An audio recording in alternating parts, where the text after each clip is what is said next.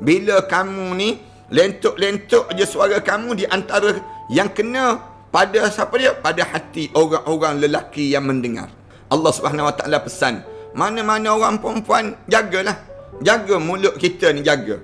Jangan kita ni menggoda sangat bila bercakap. Jangan sampai peringkat kita ni menyebabkan bila kita bercakap dengan orang lelaki tu kata, oh beruntung dia ni, beruntung suami dia. Dapat apa dia? Dapat isteri yang suara dia sedap suara dia. Sedap suara dia tu. Jadi orang lelaki lain ni berpenyakit dengan suara yang disebut dengan seorang perempuan ini. Orang perempuan ni bila dia cakap dengan orang lelaki, boleh ke tak boleh dia panggil? Boleh ke tak boleh? Boleh. Tapi dengan kadar yang tegas. Kemudian dalam keadaan yang tidak boleh membawa penyakit pada hati lelaki yang lain. Itu cara alim ulama dia ajar demikian. Boleh ke tak boleh isteri Nabi bercakap dengan sahabat-sahabat Nabi? Boleh, tak ada masalah. Tapi kamu jangan bercakap dalam keadaan yang menyebabkan timbulnya apa dia? Timbulnya penyakit-penyakit di dalam hati orang lelaki lain. Kamu ni kan isteri orang. Bila kamu ni isteri orang, kamu kena jaga siapa dalam hidup kamu? Kamu jaga suami kamu. Jangan kamu jaga yang disebut dengan apa dia? Orang lain. Jangan.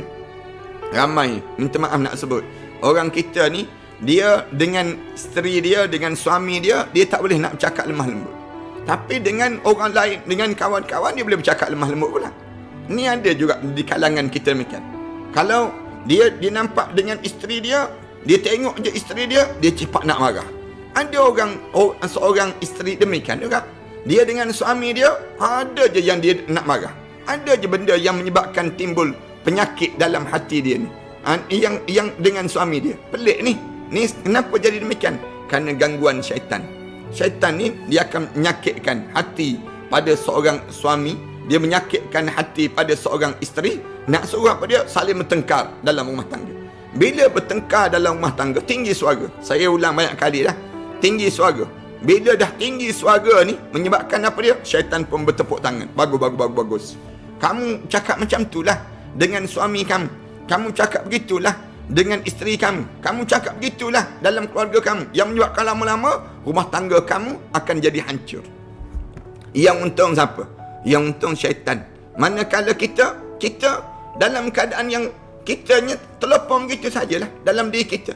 Ini rugi dalam hidup kita. Jangan hidup kita begitu. Hidup kita orang mukmin ni diajar supaya jaga. Jaga apa dia? Jaga kata-kata.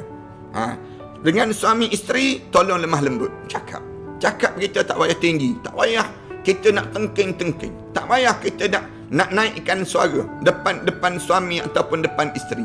Kerana apa dia? Kerana kita ni, bila kita naikkan suara, menunjukkan apa dia? Kita dah mula jauh hati. Kadang-kadang demikian. Bila tinggi suara tu, dah naik. Suami tinggikan suara depan isteri. Tanda apa dia? Suami dah mula jauh hati. Walaupun dekat dengan isteri, tapi dia dah mula jauh hati dengan isteri dia. Demikian juga dengan isteri. Isteri ni, bila dia tinggikan suara depan suami, menunjukkan apa dia? Dia dah tak ada perasaan dengan suami dia. Dia akan jadi demikian. Islam tak nak demikian. Islam ajar, kamu dengan orang, kamu boleh lemah lembut.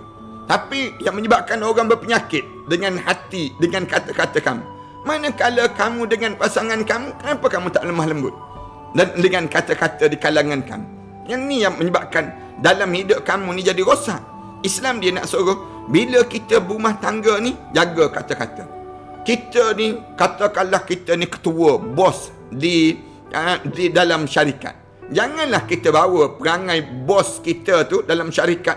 Kita mengarahkan itu, mengarahkan ini, terbawa-bawa sampai ke dalam rumah. Jangan. Tetapi kalau kita nak suruh dapat dalam hidup kita ni, dapat dalam kehidupan kita ni rasa tenang, rasa aman pada diri kita, bagaimana?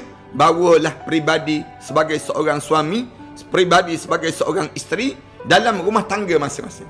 Bawa dalam kehidupan kita peribadi isteri macam mana? Allah Subhanahu Wa Taala sebut, kamu jangan lemah lembut dengan orang lelaki lain, wahai isteri. Manakala dengan suami kamu, cakap lemah lembut. Manfaat apa kamu cakap kasar dengan suami kamu?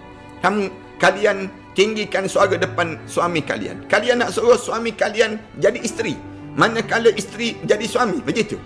Waktu mana kita meninggikan suara di hadapan suami kita, Manfaat apa kita dapat dalam hidup kita? Kita meninggikan suara terhadap isteri kita. Kita nak suruh isteri kita berubah menjadi suami, kita menjadi isteri pula. Begitu dalam hidup kita. Tak pun. Dalam hidup kita, manfaat apa yang kita kena tanya? Bila kita tinggikan suara sehingga kan kita ni menengking-nengking, bercakap kasar dalam rumah tangga kita, tapi dengan orang lain ia lemah lembut terus. Dengan orang lain lemah lembut dalam hidup, yang menyebabkan fayatma'al ladzina fi qalbihi marad. Allah sebut ni tanda hati kamu ni ada penyakit.